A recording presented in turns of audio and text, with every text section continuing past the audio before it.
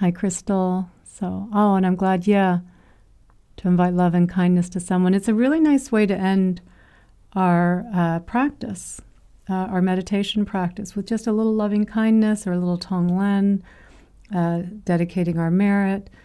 A really nice way to come out of our practice, our meditation practice. So I'm glad that you appreciated that as well. And thank you, Richard. I am doing much better, much better. We're down to a little Band-Aid.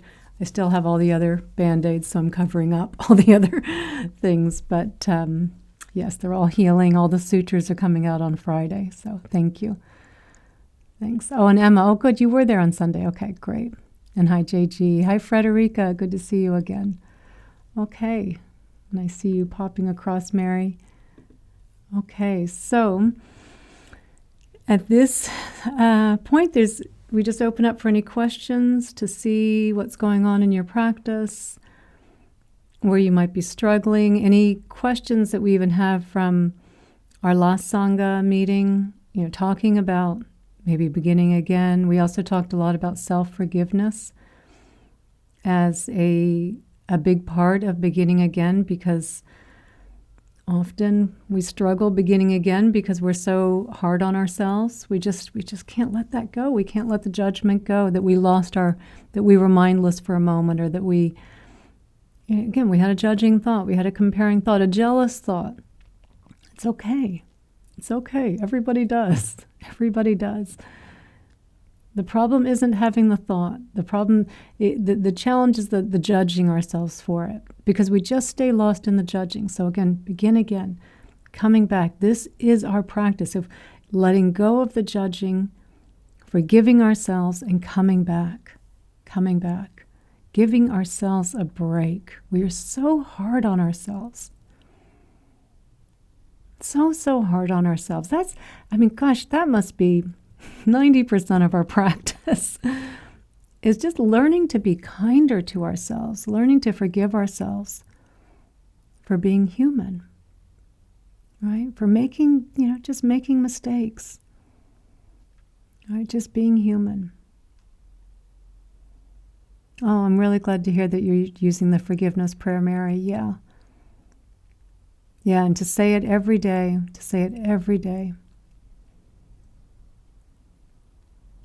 Yes, and Crystal, you're absolutely right. It's saying those words every single day, the words of forgiveness. And as many of you know, I've said it so many times, so I probably won't repeat it unless there's someone here that doesn't know it, the Buddhist forgiveness prayer that I say before every meditation. It's part of my practice as I sit down and say it. I've been saying it for years. Forgiveness is, if Crystal, as you said, if it's something we just do a weekly here, we do it a quarterly there, like it's not getting through. Okay, sorry. So I'll say it again, Mari, here, because, and I'm sorry, because I know I've talked about it a lot on this class as well, because clearly I think we need forgiveness. Clearly that's a theme that keeps coming up. So the prayer is, for anyone that I have harmed, either knowingly or unknowingly, through my own confusions, fears, and desires, I ask for your forgiveness. For anyone that has harmed me, either knowingly or unknowingly, through their confusions, fears, and desires, I forgive them. For anything I am not yet ready to forgive, I forgive myself for that. And for all the little ways I harm myself, negate, doubt, belittle, judge, and criticize, I forgive myself for that too. They are just the most beautiful words that acknowledge in the first verse we all need to ask for forgiveness. I think that's part of also the judgment, like not even wanting to acknowledge that we've done things that have been harmful. We all have. If you're human and you've spent any time on this planet, we all have. We've all done it. And then in the second verse, extending forgiveness to others, because we've caused harm, so others have caused harm as well. And then that third verse, which is so important, because sometimes there is something that's just too big for us to be able to forgive yet. And yet if we forgive ourselves for not being yet ready to forgive, we are still practicing forgiveness. So we're opening our hearts still, and that's what we need to do. That's where the wisdom and compassion is. We need to open our hearts, even if we're just forgiving ourselves for not yet being ready to forgive. We're still practicing forgiveness. And then the fourth verse, because we are so hard on ourselves, all that judging and belittling and criticizing and doubting, right? Yeah, I mean, it's relentless. You would be shocked to get a printout at the end of the day of all of your thoughts. You would be shocked and horrified, first of all. We all would be. But you would also just look and go, my God, look at how cruel, how vicious I am to myself, how unforgiving I am, how hard I am on myself. Right? And so by saying these words over and over, and that's why I said before every meditation, I say two prayers, the prayer of St. Francis and the Buddhist forgiveness prayer, because they are both beautiful words that help. Also just bringing us into the meditation, like coming into your meditation, it's nice to do a prayer beforehand. Or just say some nice words if you have, or chanting something, right? To kind of just as a nice transition from whatever you were doing before coming into your meditation. But every time you say those words, you're planting a seed. And planting those seeds of forgiveness and watering those seeds of forgiveness.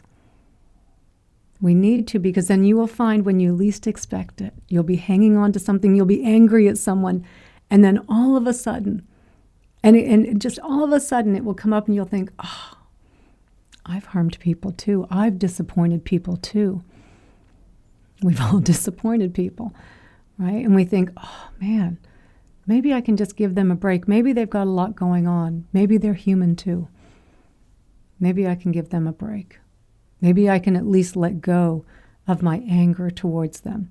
Maybe I can't forgive yet. Maybe I'm not yet ready to forgive, but I can forgive myself for not yet being ready to forgive.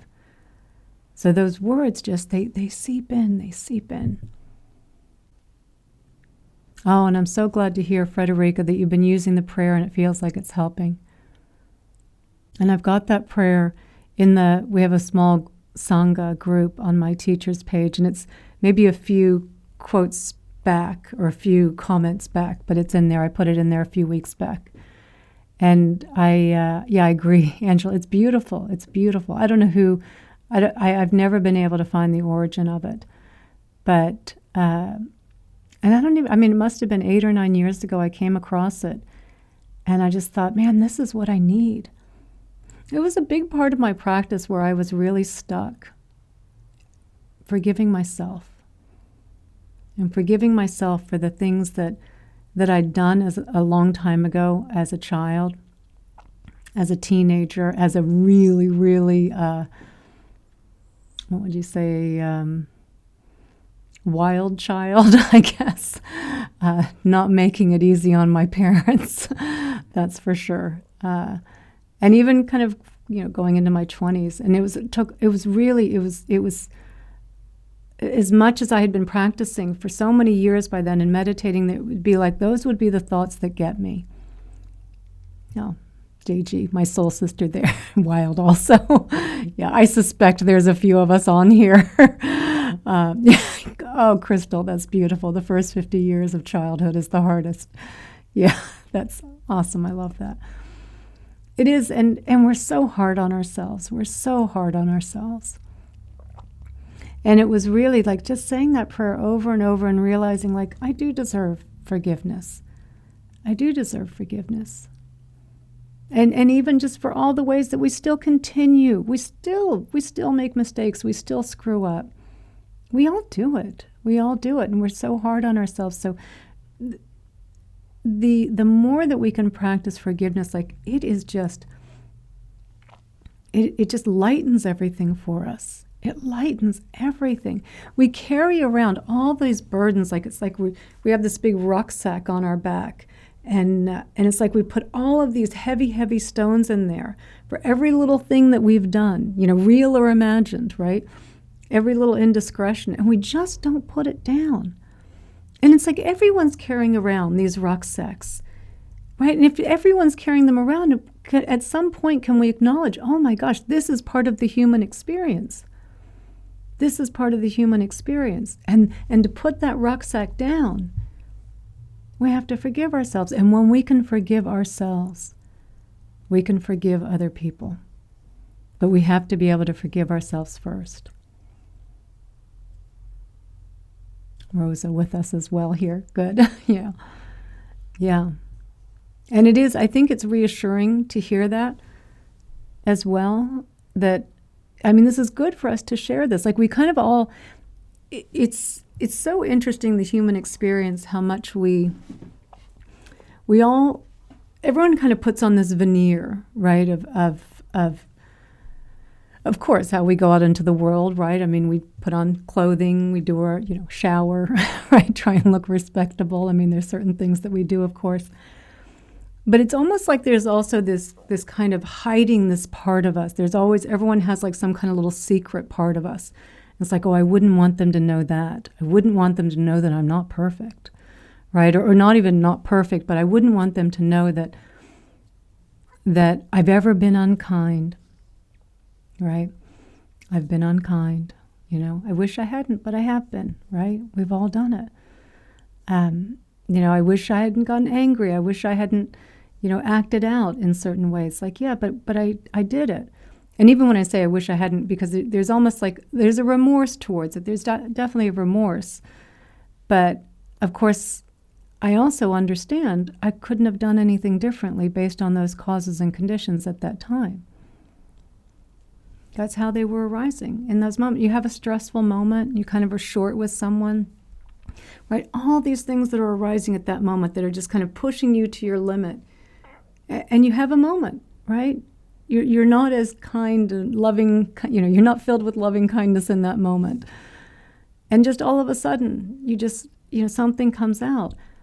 And then after that, right, then we just start beating ourselves. And it's like, there was nothing, those were the conditions that were arising in that moment. It's not, the problem isn't that it happened.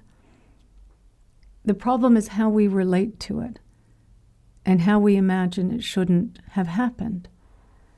And so, and beating ourselves up that I shouldn't have done that. I'm a bad person.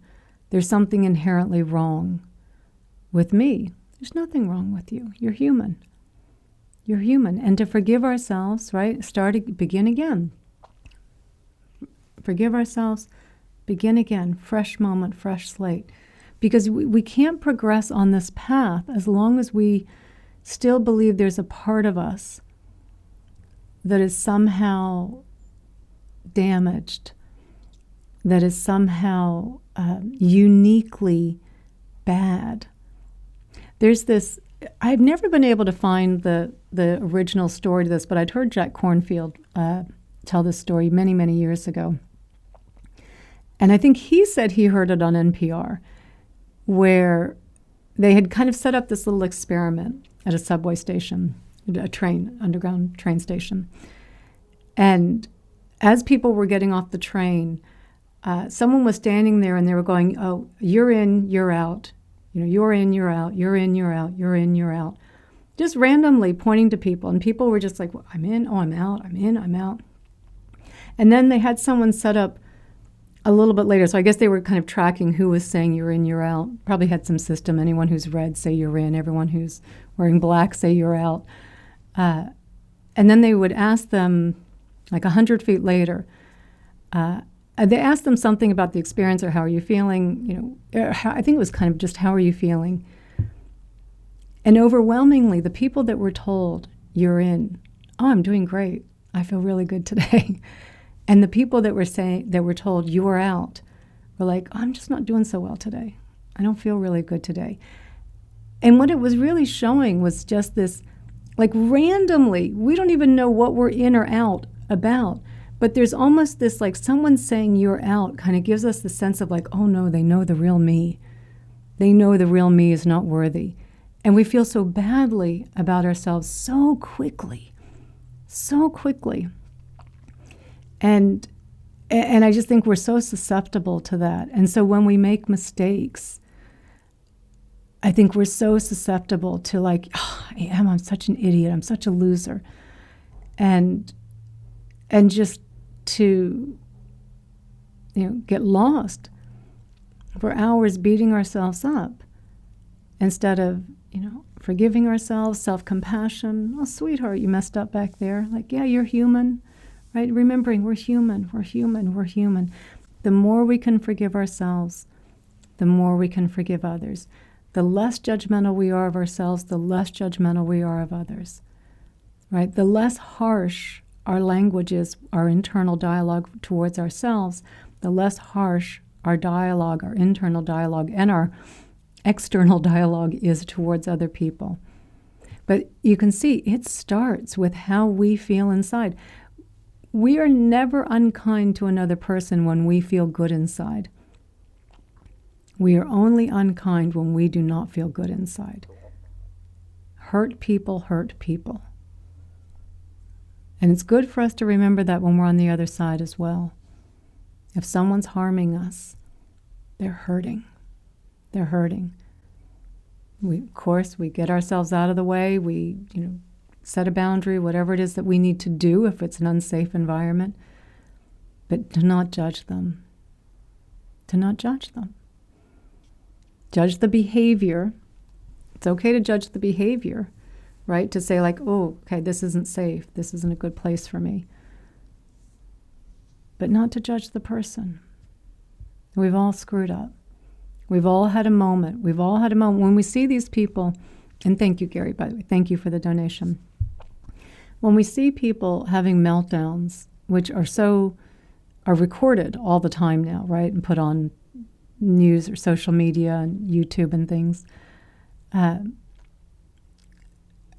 Someone having just their worst moment and having that filmed, and which I do find is just one of the most, I think it's just it's a symptom of a very unwell society. That's our response. Someone's having a meltdown, and to film it and to put it on, to kind of try and ruin their lives in some way. Is really indicative of something not right in our society. But and we can look at it and we think, oh, well, I wouldn't do that. But probably, maybe we haven't done it in a public setting. But we've all had those kind of meltdowns, and maybe not in that particular angry, screaming kind of tantrum way, but we've all had it. And I think it's important for us to not put ourselves up here and them down there, but to be like, wow, I can relate. We've all suffered. We've all suffered. We've all suffered. We need compassion. Compassion with wisdom, right? Setting boundaries, not hanging around if it's not safe, right? Right? Not thinking it's our role to fix everything, right? If that's not the right time. So,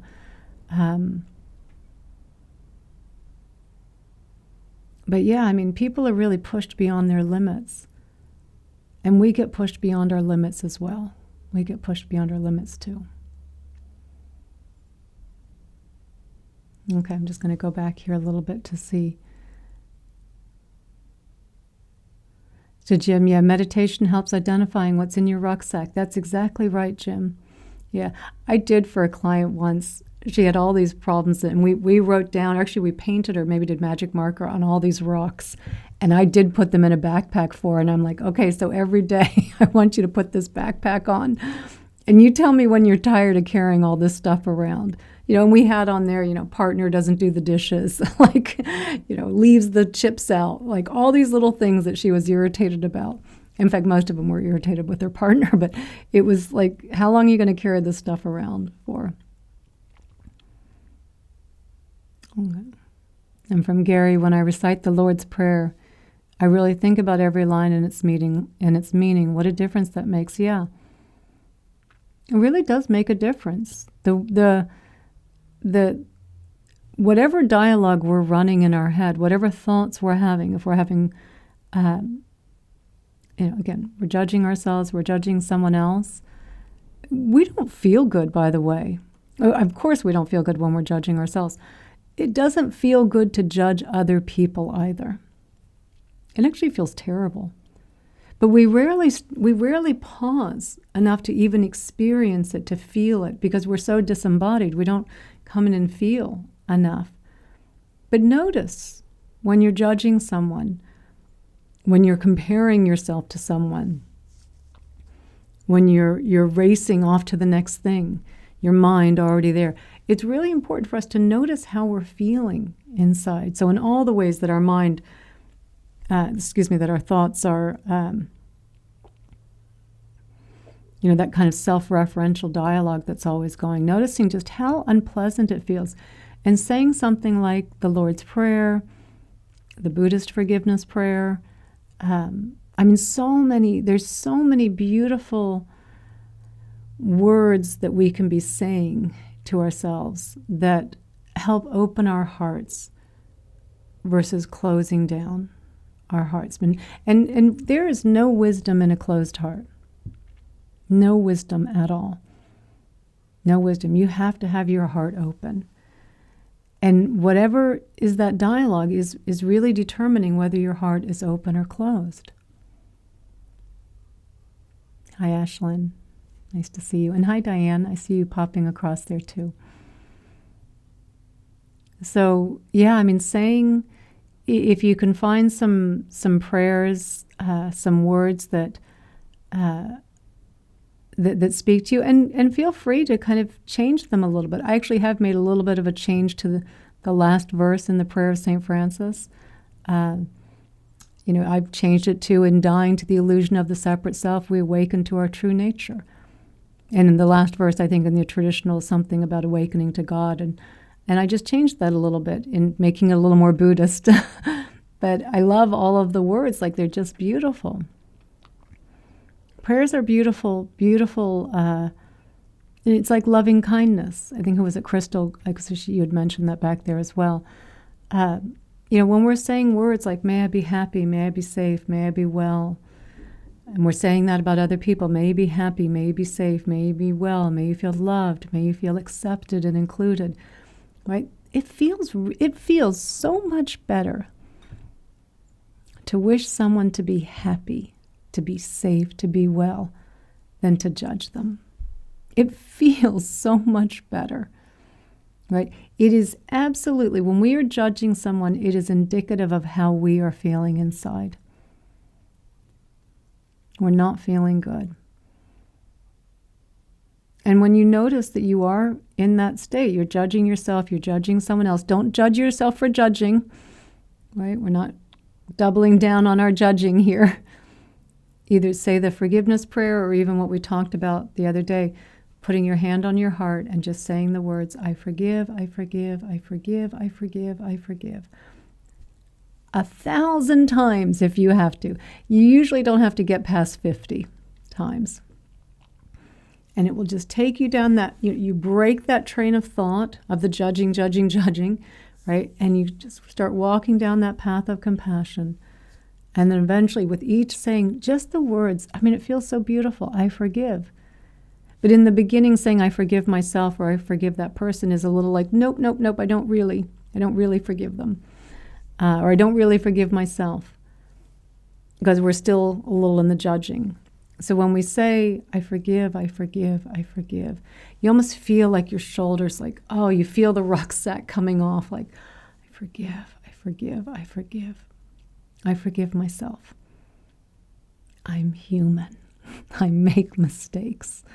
It's what we do. It's what we do. To 7. You only needed 7 of I forgive and you were there. Fantastic, Gary. That's awesome. That's awesome. I'm doing very well today, Ashlyn. Thank you. Yeah, it's just so beautiful to say, I forgive. And for those of you that have done, and I have this all on my teacher page, it's the mantras that I use. And I use these 5 mantras in the beginning of our practice when learning to meditate, pointing out the ways in which we all think in this self-referential way. Chasing, resisting, which you might recognize is all the ego, by the way. So chasing, resisting, judging, comparing, and narrating. And so I give the mantras in the beginning when I teach people to meditate. Like, what is it that you're doing that's taking you out of the present moment? We all know, be present, right? Let go, be at peace. But we're so used to holding on to our judging and our comparing and just this running narrative in our head and chasing and resisting, it's like, yeah, I want to be present, but I can't let go of this. And yet it's still not even, we haven't quite identified what it is. And so I have a mantra for each of these for each week. It's peace is not chasing, right? You notice that you notice your mind is ahead of your body, and you can just say the mantra, peace is not chasing, peace is not chasing. And you say it in the meditation, because often we do that in our meditation. We're chasing, wanting to get to the bell. And by saying peace is not chasing, and now bringing a spotlight on it's the chasing that's taking you away from the peace, right? We're so convinced that, no, if I could just get to the end, then I'll be peaceful. And it's like, oh no, it's the chasing.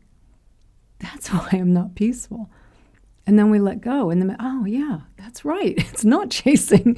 It's here. We just notice we're doing it. We're going about our errands. You know, that to-do list, that never-ending to-do list that we always, we always have a never-ending to-do list. And you notice how we start getting one thing done, then the second, and then the mind's kind of racing. Oh, if I can get this next thing done sooner, and then I can save time over here, and, blah, blah, blah, right? We kind of keep carrying on. And the mind already 10 steps ahead of the body, and then we go, remember, oh, peace is not chasing. Oh, it's not chasing. It's not chasing. We come back and we let it go. We drop it. And it's the same then with the resisting, right? We're standing in line. It's a long line. And we're irritated because it's going really slowly. And I use this example all the time, we're in the 10 items or less lane and someone's got 15 items, right? And we're, I can't believe they're doing that.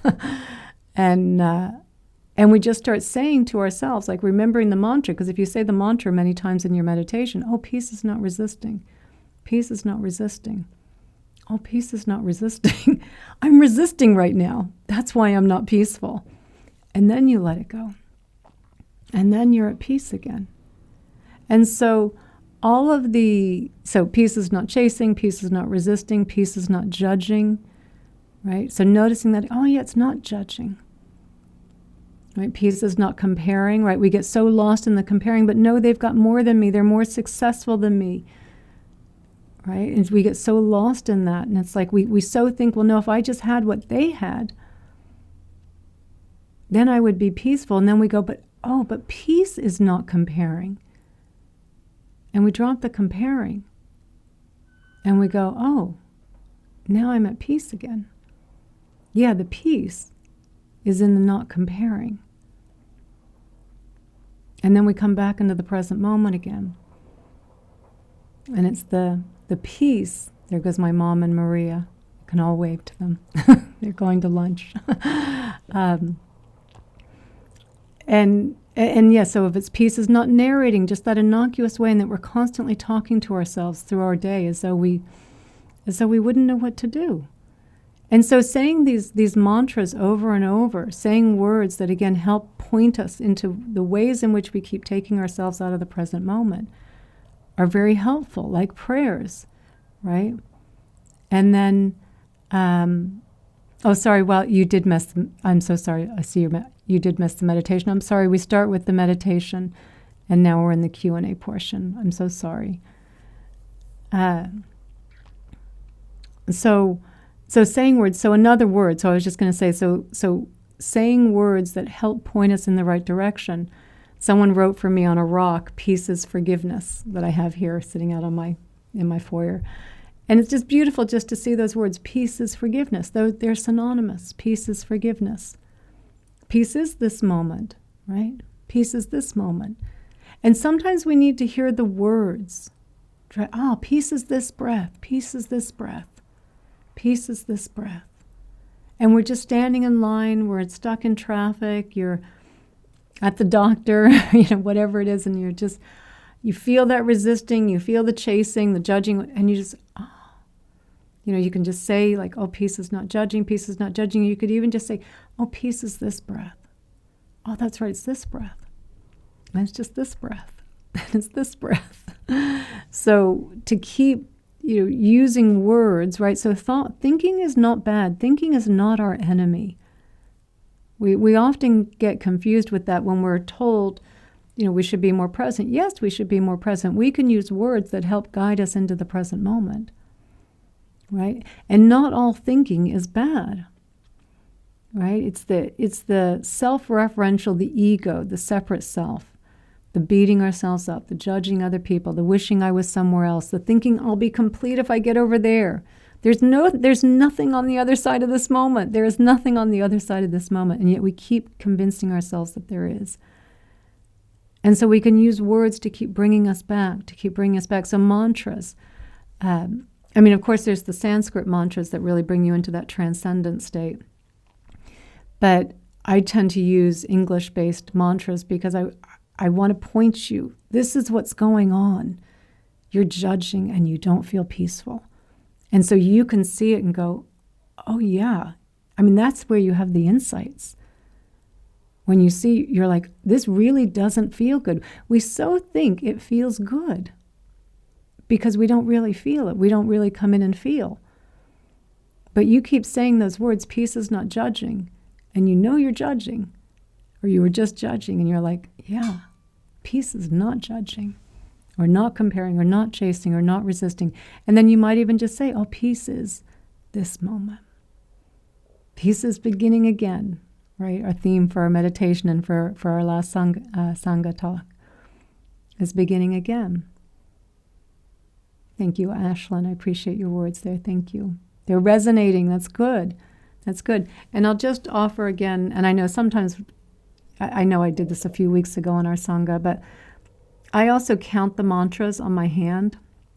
And this is a technique that also just helps remind us again, like sometimes we can be a little fidgety with our hands or our fingers, and we're standing in line and we're kind of, we're kind of irritated. And so it gives us something also to do, another anchor. It's another anchor for our minds. So if you, using your thumb as your pointer to the top of your pinky, that's always the first count. So peace is not chasing the middle of your finger. Peace is not chasing the crease. Peace is not chasing. And then you just go to the top of the next finger, the middle, the crease, top of the next one, the middle, the crease, top of the next, the middle, the crease, and then start back again. So it's 12 points, and it's just when you're kind of saying it, like, oh, peace is not chasing, peace is not chasing. Oh, I saw what was happening on there, right? Oh, yes, I can see it's happening right now. And you let go. And you're letting go based on insights and wisdom, seeing for yourself that peace is not chasing. So the next time when your mind starts up again and is so convinced that if you just got that promotion, you'd be so happy, or if you just had a new partner, you'd be so happy. If you just had something else just wrapped, you'd be so happy. And it's not to say that maybe you've got a problem in a relationship and it would be nice to have that relationship resolved, or it would be nice to have the promotion or a new partner or a new car, or whatever it is, right? But they're fleeting moments. They're fleeting moments. You get the promotion, yay, it feels good. It feels good. But it doesn't last. Right? After a while, it's just a job with more stress. Probably because now you've got more responsibility, right? Or you get the new partner and they're great in the beginning because isn't everyone great in the beginning? And then after a while, it's like, oh, maybe they're not perfect either, because nobody is. Nobody is. And nobody can complete us. It's one of the challenges we find in this kind of, if I could just find this new person that would save me, right? They would complete me. They would be the ones that would complete me. And in the beginning, we meet someone and we imagine that, we impute all these qualities on them because it's new and it's exciting and we're attracted to them. And we don't see any of the red flags, of course, because everything's just cute and adorable at that stage. But we're so convinced that person's going to complete us. And then 6 months later, when they're not completing us, once all the dopamine's worn off, once all the newness is worn off, right? We think, oh, you've changed. Or I need someone else now. Instead of thinking they were never going to complete me in the first place. Maybe I shouldn't put all this pressure on them. Maybe I should allow them to be imperfect as well. And just see if there's a good relationship here or not. So all of these ways that we're always thinking there's something outside of us that somehow is going to make me feel complete. It's not. It's the separation. It is the thought that I need something outside of me to be complete makes me incomplete. It is simply the thought I need something else makes me feel incomplete. And then in the absence of that thought, I'm complete again. It's only in a thought, a very believable thought, because we believe so wholeheartedly in our thoughts. We believe our thoughts are real. We believe the little me at the center of those thoughts, the little avatar that we create, the little me, right, that's going to be happy when I get over there, right? There is no over there. There is no over there. You can only be happy now. You can only be at peace now. You can only be at peace now. And so, Ash, I'm just saying, you're feeling like you need a partner to be complete. It's not that there's anything wrong with wanting to have a partner. There's nothing wrong with that. There's nothing wrong with wanting to be promoted. There's nothing wrong with wanting something. Because I think sometimes we take that a little too literally. I should never want anything. I think that is too literal, and we can kind of seep over into nihilism. And I think, well, we have these lives, and we want to have these experiences, and I think it's okay to want to share your life with someone if that's what it feels like you would like, or the promotion, or the holiday, or whatever it is. Just being very clear, they will not complete you. Nobody can complete you. No experience can complete you. No external experience can complete you. Only you can complete you. When we ask the question in the meditation, what is it that you want more than anything else in the world? And I asked you to look inwards, right? Because we all say, if I were to stop on the street and say, what is it that you want? Most people would say, I want a new partner. I want a new job. I want a new car. I want $1 million in the bank. I want all of these things, right? And it's like, okay, you want all these things. Why? What do you think those things are going to do for you? Well, they're going to make me feel good. Oh, so that's what you really want, is you want to feel good. You want to feel peace or joy or love, connection, right? And we could also even just sum that up. You want to feel complete. You feel incomplete. You have this idea that there is something outside of you that's going to complete you. But you are not incomplete. It's simply the thought. And because we focus on these external things and we spend all of our time racing to get there, right? Missing all the peace, the joy, the happiness, the feelings of connection that's here right now, missing it all because we're so focused on getting over there. And then only to be disappointed later when it's like, it didn't quite complete me, so I better focus on the next goal. It was just the wrong person. It wasn't the right timing. It was the wrong promotion. It's the next one. The next one, that's the one that's going to do it. Right? And so we're kind of on this hamster wheel, constantly chasing and chasing and chasing. And it's like, just hop off the wheel. It's okay to say, yeah, the promotion would be nice. I'm working hard and I want to push, maybe you would like to have a little bit more money. Maybe you would like to have the experience of being the VP or the director, the manager, right? No problem. No problem. Or again, the partner, whatever it is, no problem. As long as you know that whatever it is, that you are moving towards, it will not complete you. So you can enjoy where you are right now, being complete, being whole, knowing the peace that is always present, and doing the things that you need to do to find a partner. And we'll just use the example then, Ashlyn, I'm going to use the example just of a partner. When you feel complete and whole inside, and then you meet someone, you come together in a way that's just, or let me put it this way, let me start with, if you feel incomplete inside and you believe that you need someone else to complete you, when you meet someone, you will try and squeeze them into this model that they are the one. And we have this way of making someone seem better than they really are, avoiding all the red flags because we're so convinced they're the one that's going to complete me.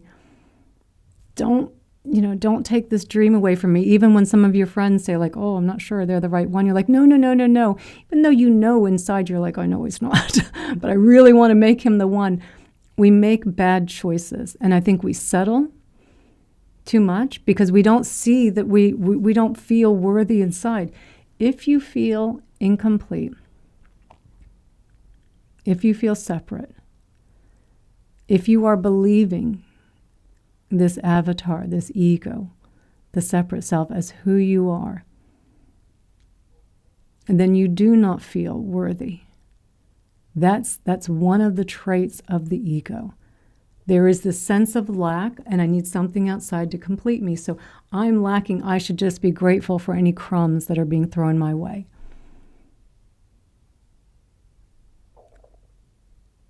Right? It doesn't matter that he doesn't really treat me that well because I should just be grateful. No. If you're complete and someone's in your life, a new partner, and they're not treating you well, you're going to say, this isn't working out because I didn't need you to complete me. But if you feel incomplete and you're with someone and they start treating you poorly, you're going to hang on for dear life because they treated me so well the first 3 weeks. If I can just get back there. We're so convinced of that.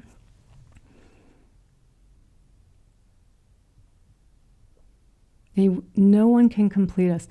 So much of the problems in relationships today is everyone's looking for someone else to complete them. And so you put so much pressure on this other person, first of all. Like, my God, we can't do that to people in a relationship. It's not healthy. So we put so much pressure. And then when things start to fall apart, the disappointment, the grasping, the clinging, like why people stay in bad relationships for way too long. Like, just who would I be without them? Right? This identification with them that's so strong. Right? The identification of our ego of being with them, that I need someone if I can't be on my own. So whether it's the needing a new partner, needing a new job, wanting the latte, wanting a new holiday, it's okay. I really do. It's okay to want these things. Like, not spend all your time wanting them. Like, it's okay to say, like, yeah, that'd be nice. Yeah, let's see if we can, do some things towards it. But not grasping and clinging at it, because these things are not going to complete us. They're not going to complete us. That's why we come to spiritual practice. Right? We feel incomplete. That's why we judge ourselves. It's why we compare. It's why we think happiness is over there.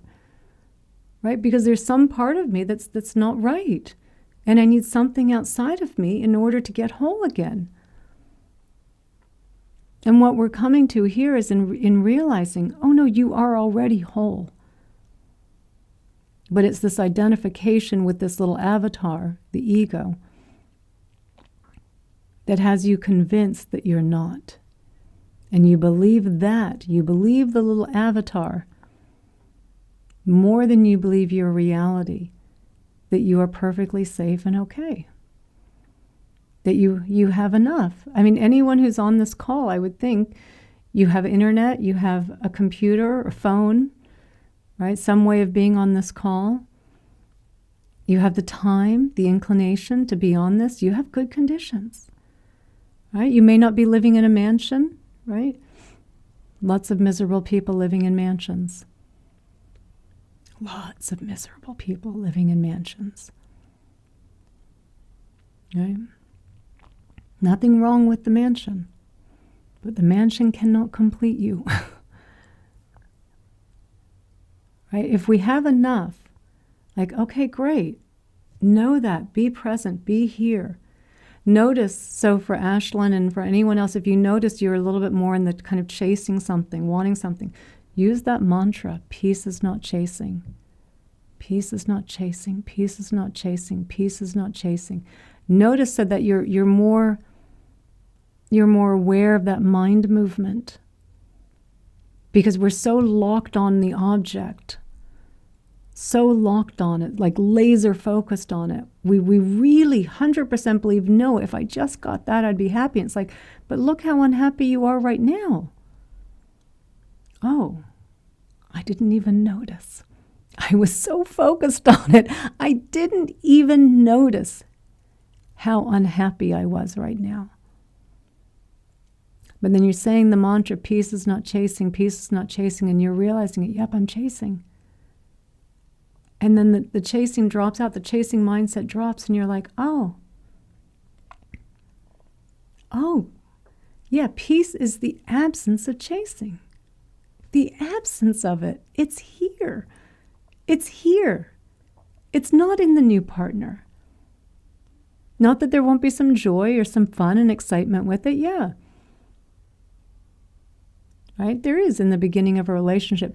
But I think the more we come I almost wonder how much joy and excitement there really is in the new relationship, because there's so much grasping at it, wanting it to be the one, that we can't even enjoy that. We can't even enjoy that. Right? I've got to know that this is going to be the one. Got to get this locked down.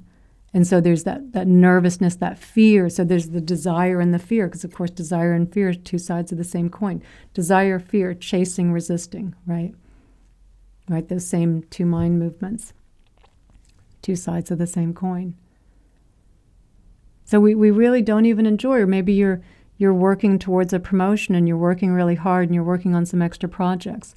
But there's so much grasping and clinging at the promotion, you're not even enjoying where you are, just kind of the pushing yourself a little bit, extending yourself a little bit, just where you are in this moment, because it's all like you've got to sacrifice it all for this one thing in the future, that fleeting happiness that comes and goes. The praise, it comes and it goes. It's so fleeting. It is so fleeting. We don't push it away. Of course, praise is helpful. Praise and criticism are good social cues that we can take to know, like, okay, that was a good thing. That was good. Right? Not to be like, oh, good, like, kind of not to buy too much into it. I'm good. Just, okay, that was a good thing to do. Yeah, that's good. It's a good cue. Good cue to know that. Right, but not to chase that praise. The ego is insatiable. It's never enough. Never enough. And then you're just desperate, walking around hoping someone's going to praise you. To again, convince you're a good person, because you don't feel like a good person. Because you believe more in that thought-created me, the ego, the separate self, the little avatar. You believe more in that than the reality of just what you're seeing and hearing and touching and tasting and smelling. Our experience, right?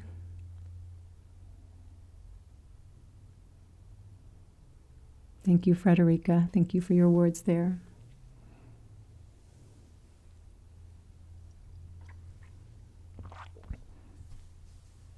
So,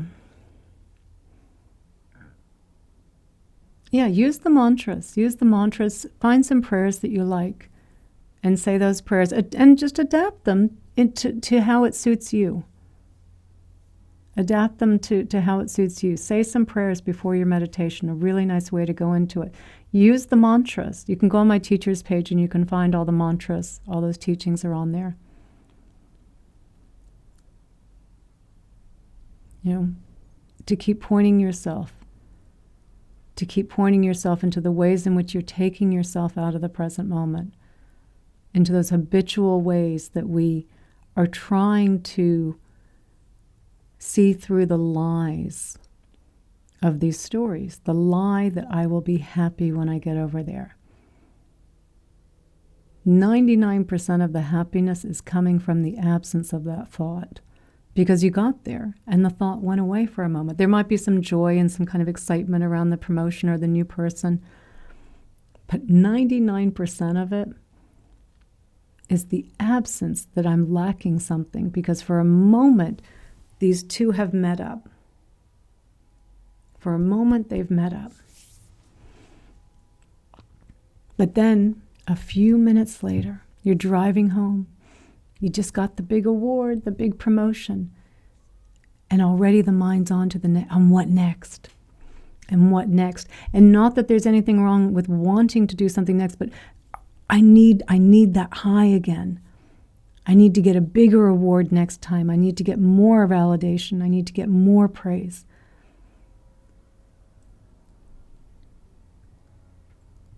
It's never enough. Never enough.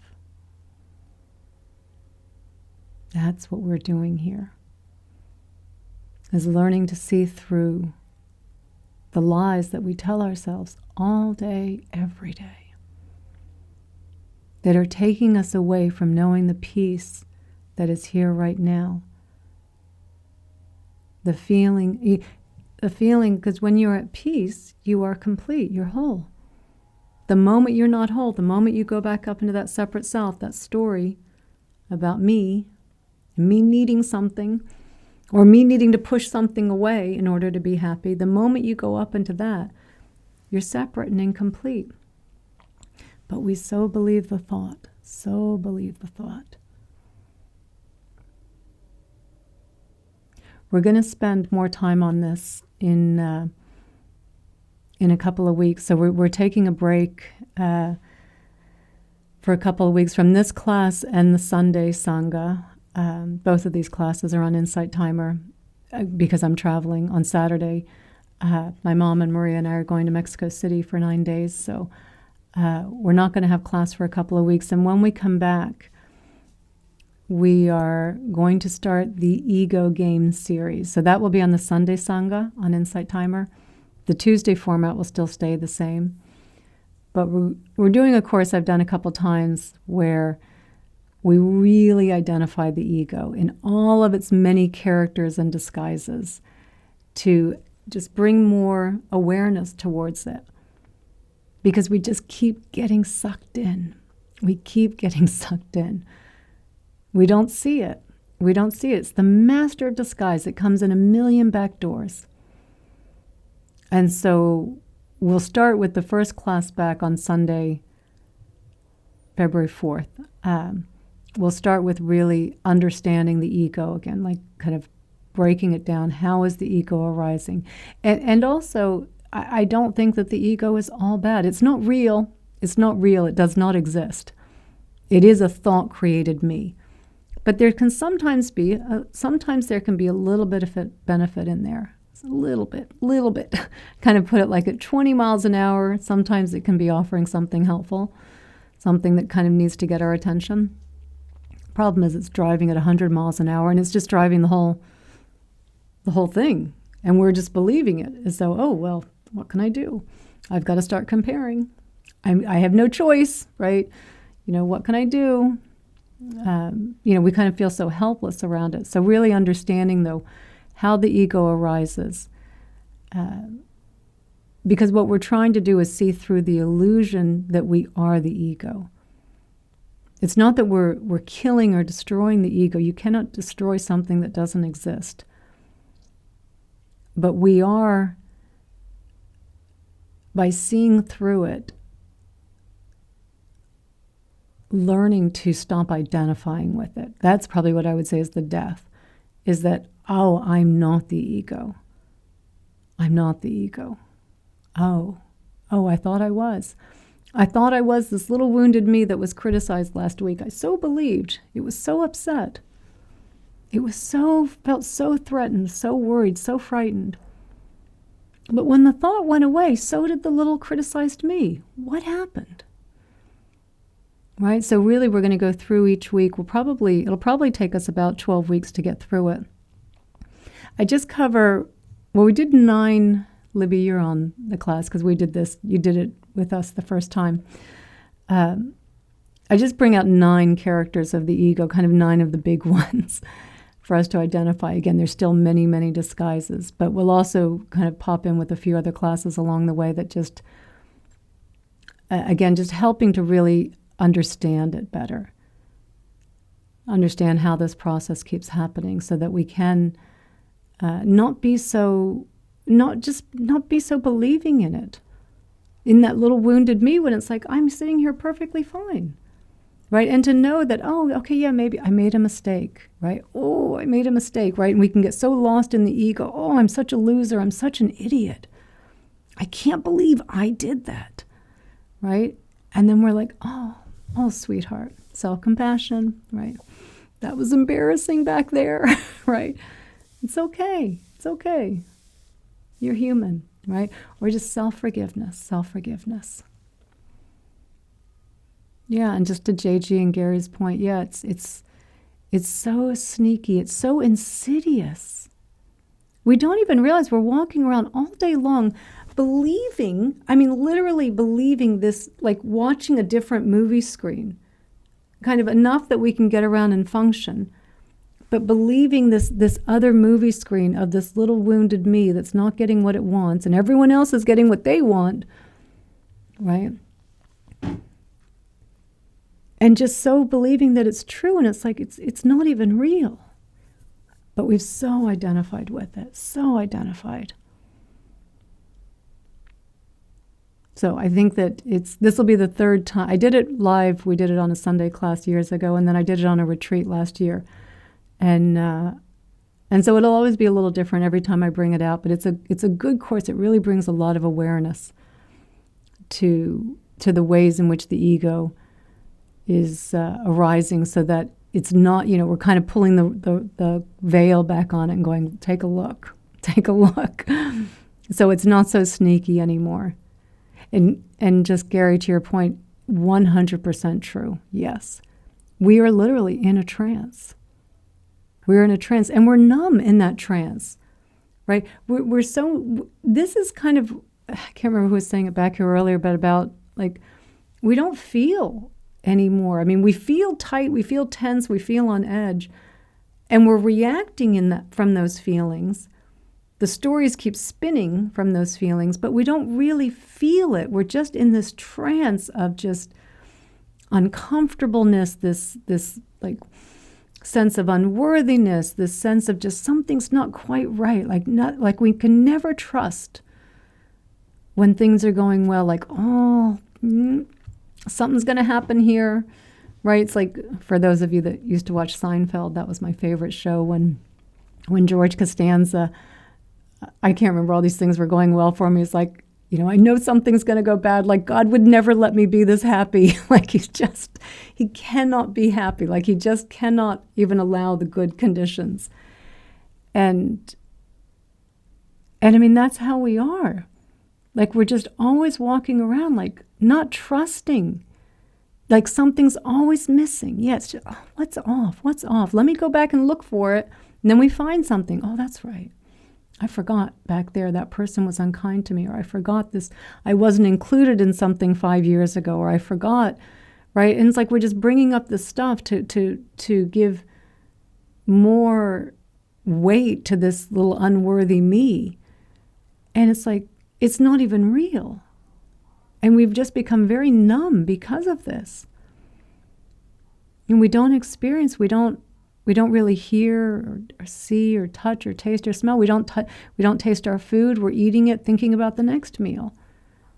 Right? Whatever we're doing, we're thinking about. We're on holiday and planning the next holiday. Right? We're on the first date, planning the wedding. Right? It's like we're never. You get the new promotion, you're already thinking of the next one. Right? Instead of just enjoying the ride. Like, there's ups and downs. There's ups and downs. Everyone experiences ups and downs. Gain and loss, pleasure and pain, praise and criticism. We all experience it, right? And it's like when the ride's going in a fun direction and everything's going your way, just enjoy it. Have gratitude for the good conditions. Enjoy it. They won't last. Right? Don't grasp at them. Don't make it something out of it. Oh, now I'm set for life. Because how many times have we said that? It's not you're set for life. It's like, oh, these are the conditions. This is what's arising. Yay, the ride's fun right now. Right? And then when the ride gets a little mundane, right? Oh, okay, it's a little boring. Well, this won't last either. It's okay. Okay, I've got a little extra time. I can sit back and just kind of look at the world and see how things are arising and passing away. Isn't this what we say we need time for in our practice, right? Practice just to be. And when we have those moments, we have the difficult person in our lives, the relationship that's a little bit tense. There's something going on. And it's like, okay, and this won't last. This won't last. I can practice, forgiving myself. I can practice forgiving them. I can practice loving kindness. Be okay because I know this won't last. Right? And I want to make sure that however I'm responding to this, that I'm responding with wisdom and compassion. But it's not, my happiness is not dependent upon fixing that. Right?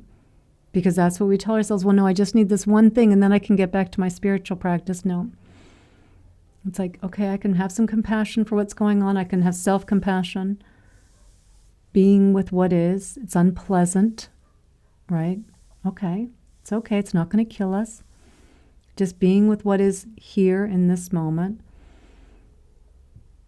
Right? And this is the ride. This is the ride. We are the ride. We are the ride. And the ride goes up and down. Sometimes it goes sideways. Sometimes it does a little loop. But we've got to stop being on the ride, pretending that the ride should be somewhere else. I want to be on that ride. I want to be over there. This is the ride. This is the ride. And to enjoy the ride, we keep our mind in our body as the ride, not pushing back on it, not believing there's a better ride somewhere else. Because we're denying the ride that's right here.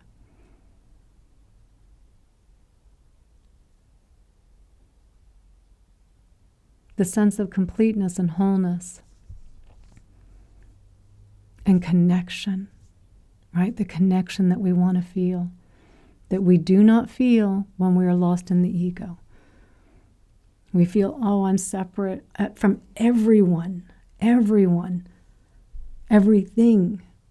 It's such an isolated, such a feeling of aloneness. And when the reality is every single one of us is connected. Every single one of you are making this call, go in this particular direction.